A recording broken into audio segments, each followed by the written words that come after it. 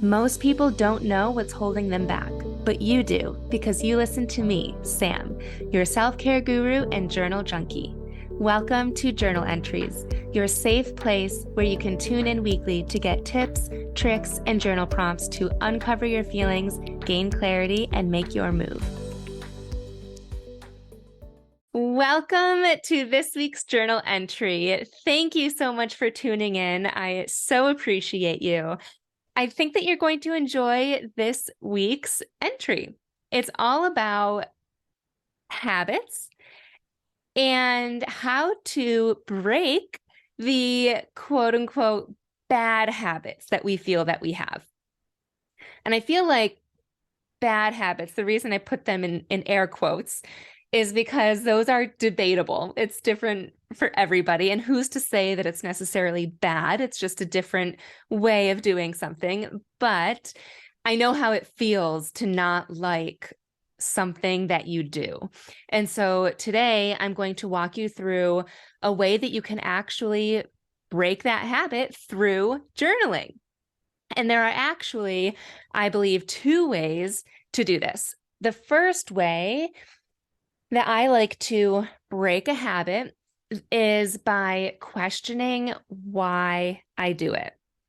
What I would be doing if I weren't doing that habit, how that habit makes me feel, what I'm protecting myself from, or what I'm avoiding potentially by not doing what I feel like I should be doing. It's super effective to just come at that habit from all angles, play the devil's advocate, and just see what bubbles up. However, doing that requires you to dig deep, right? It also requires you to face things that you don't necessarily like about yourself and to feel things that you might not want to feel. And I didn't necessarily realize all of that. Like maybe not everyone wants to feel the feels. Maybe not everyone wants to dig deep until I was talking to my twin sister about one of her habits. And she said that she knows that she wants to journal about it, but she knows that in doing so, she's going to have to dig deep. She's going to be reminded of things that she doesn't like about herself. And so she purposely is just putting it off. Like she still hasn't addressed it because she doesn't want to go through that. And I want to say one thing quickly is that I do guide you through that process of like all those questions that I just asked above or earlier is I guide you through that in my 5-day journal guide, which I'll link in the show notes. But while I love that approach and really enjoy it, after hearing my sister's perspective on that, I realized that we don't need to go super deep all the time. We don't need to go down the rabbit hole every single time before making a change. We don't even need to understand the why behind our habit or behavior or what we say or do before moving on. So we're not going to do that today. We're going to jump to my second approach. And I kept trying to think of a fun name for it and nothing bubbled up. So I am going to just share with you how I go about doing it and some examples of how you can use this for what types of quote unquote bad habits. And truly it's for anything, but the habits that I was thinking of that I could, or you could use this for is scrolling your phone. I say that a lot because it's something that I still struggle with from time to time. And I think that a lot of people struggle with that. So scrolling your phone, snoozing your alarm clock. We all set our alarms with the intention of actually waking up at that time, I think. Yet we think 5 minutes more is okay. And then we just keep pressing snooze, right? And you might not like that about yourself or that habit. Another thing is unhealthy habits. Maybe you wish that you could just drink more water or stick to your workout routine or stop binge eating or just eat more veggies, right? Anything related to healthier habits. Also, I think not getting enough sleep is a bad habit. There are things that we can control that would allow you to get more sleep.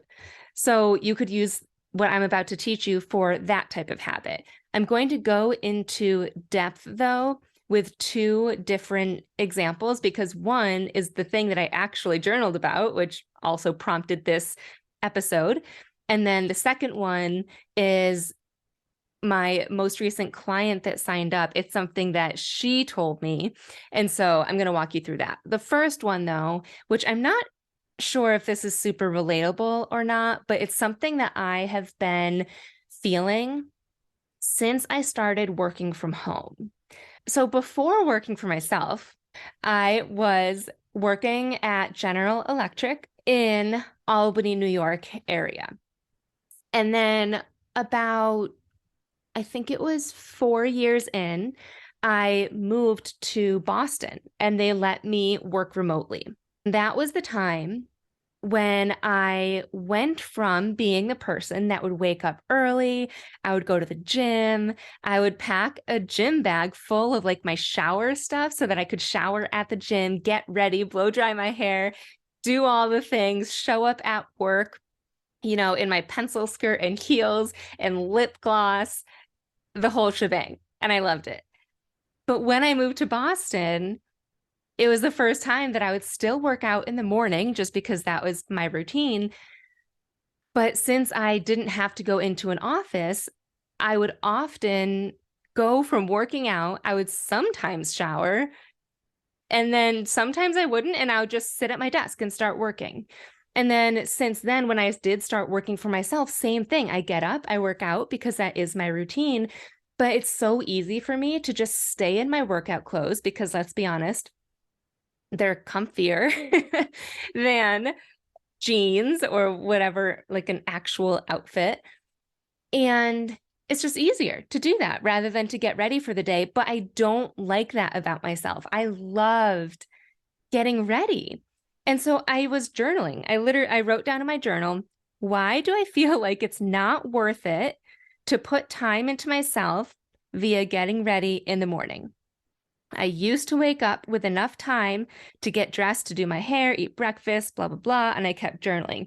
But that sentence, the second sentence, I guess, started off with, I used to wake up with enough time. And that's when I realized that for me, it was a time thing.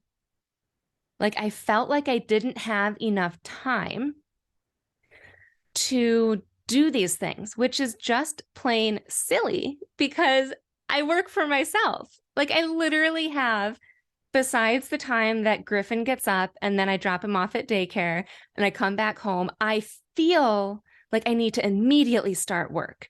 But in reality, I get to schedule my day. So I have the time. So that's where I could dig into approach number one that I said. And I wrote down like, why is that true? Do I really need to work right away? But in that moment, I was just like, I don't want to dig into that. Instead, I just wrote down, what if I didn't start working right away?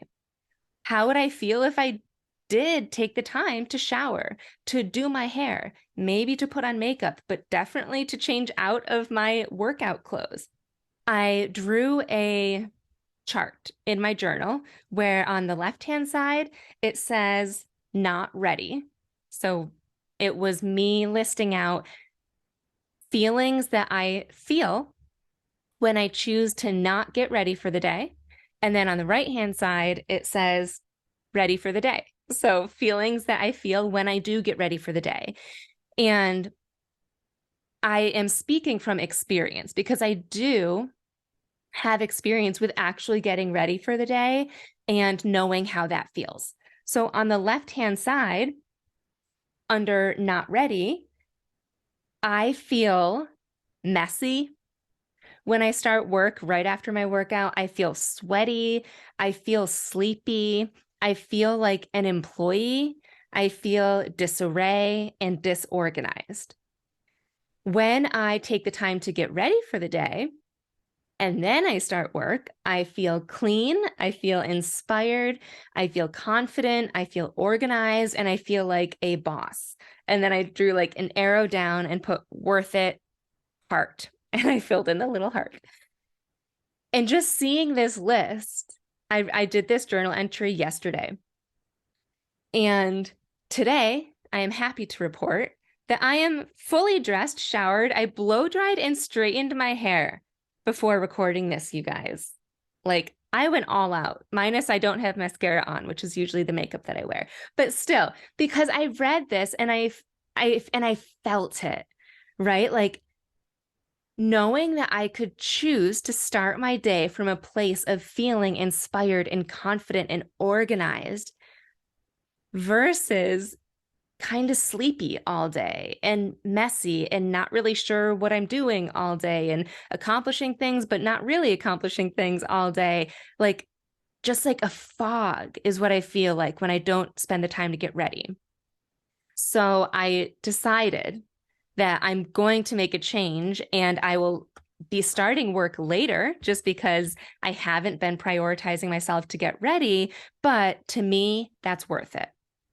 I'm going to share one more example with you. Like I said, a client signed up with me and she was saying that she has been wanting to journal, but she hasn't. And she's been wanting to journal first thing in the morning. And she even said, this made me laugh out loud.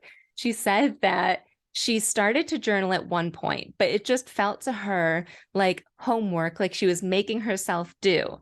And she didn't want to do it. And so she just stopped doing it. And I was like, I can totally see that. If you're not having a good experience journaling and like coming up with any aha moments or anything that feels good, it totally feels like homework, which who wants to do that? So I challenged her to get into the mindset of journaling, do a chart, right? How do you feel when you start your day without journaling?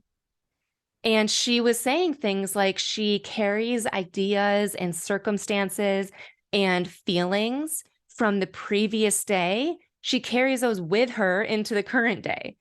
She feels mentally clouded. She feels exhausted, even though she just slept for a full night, right? So also kind of groggy. And so then I challenged her to think about how she would feel if she did wake up a little bit earlier and journaled. I offered this to her because this is something that she doesn't necessarily have that much experience with. So I said that for me, I feel a sense of clarity, right? You can sort out all of those ideas and circumstances and feelings from the previous day. You can sort it out. You can deal with it so that you're starting today with a clear mind, right? You can feel peaceful. You're starting the day off right. You have more energy. And starting your day this way, why wouldn't you want to wake up a little bit earlier to journal, right? So just taking a second and picking your habit. So pick one habit. That's what I would love for you to do. Pick one habit that you don't necessarily like about your current routine or current lifestyle, and just take a look at it and look at how you feel currently. So with this bad habit, how do you feel? And then if you weren't doing that bad habit, if you tweaked it to be what you actually want it to be, how would you feel? And if you don't have that experience, like I was talking about, imagine what it would feel like. Visualize it, glamorize it, and channel that feeling. Because when you see that list and feel that list, it's just a no-brainer of why would you not do that? And I'm not going to say that I'm going to wake up every single day and do my workout and shower and blow dry my hair and do this every single day. I guarantee that there will be probably in a few days I might work out or work from my leggings or work out and then work in my you get it. And you might also go back, but reverting back to how we feel, it'll be so much easier to just tap back in. And slowly but surely, it'll become a habit. It'll become a good habit that we're proud to have. And once you have that, you could tackle another habit versus trying to change everything all at once. So I hope that you found this helpful. Again, if you were more interested in going deep and asking all those questions, check out the 5-Day Journal Challenge. But if not, and you really just want a quick way to feel good and to feel inspired to make that shift in a habit, that's what this episode is, and that's who this is for. And I hope that you feel inspired to make the little changes. Thanks so much for tuning in to this week's journal entry. I love connecting with my listeners, so make sure you screenshot this episode and tag me on Instagram at samantha.s.says so I know you're listening. And don't forget to grab your free training and journal prompts at www.samanthapenkoff.com/podcast.